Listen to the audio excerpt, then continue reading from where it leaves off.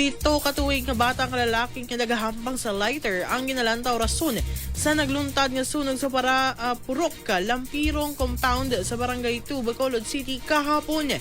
Sa interview siya nga Bombo Radyo kay FAR Superintendent Jenny May Masip, Fire Marshal sa Bacolod City Fire Station, nagwa ang mga ginikanan sa bata gani ini lamang ang nabilin sa balay sang siya ang maghampang sang lighter. Sang magumpisa na ang kalayo ini ang nagwa man sa balay kag nagpangay sang bulig sa mga kaingod.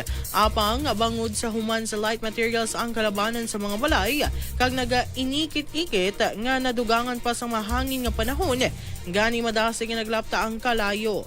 29 ka mga balay ang nahalitan sa sunog nga ginlakipan sang 20 ka totally damaged kag siyam nga partially damaged.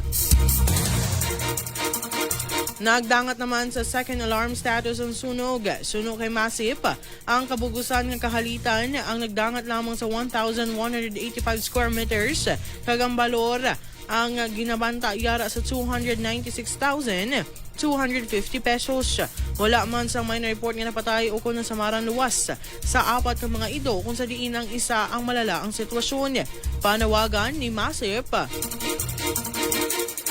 sa mga pumuluyo nga likawan nga ibilin nga sila lamang sa mga balay ang mga magagmay nga kabataan, bedridden, kag ang mga persons with disability or PWDs nga wala sa nagakaigo nga mental condition nga magpaminsar sa pagsalbal sa kaugalingon.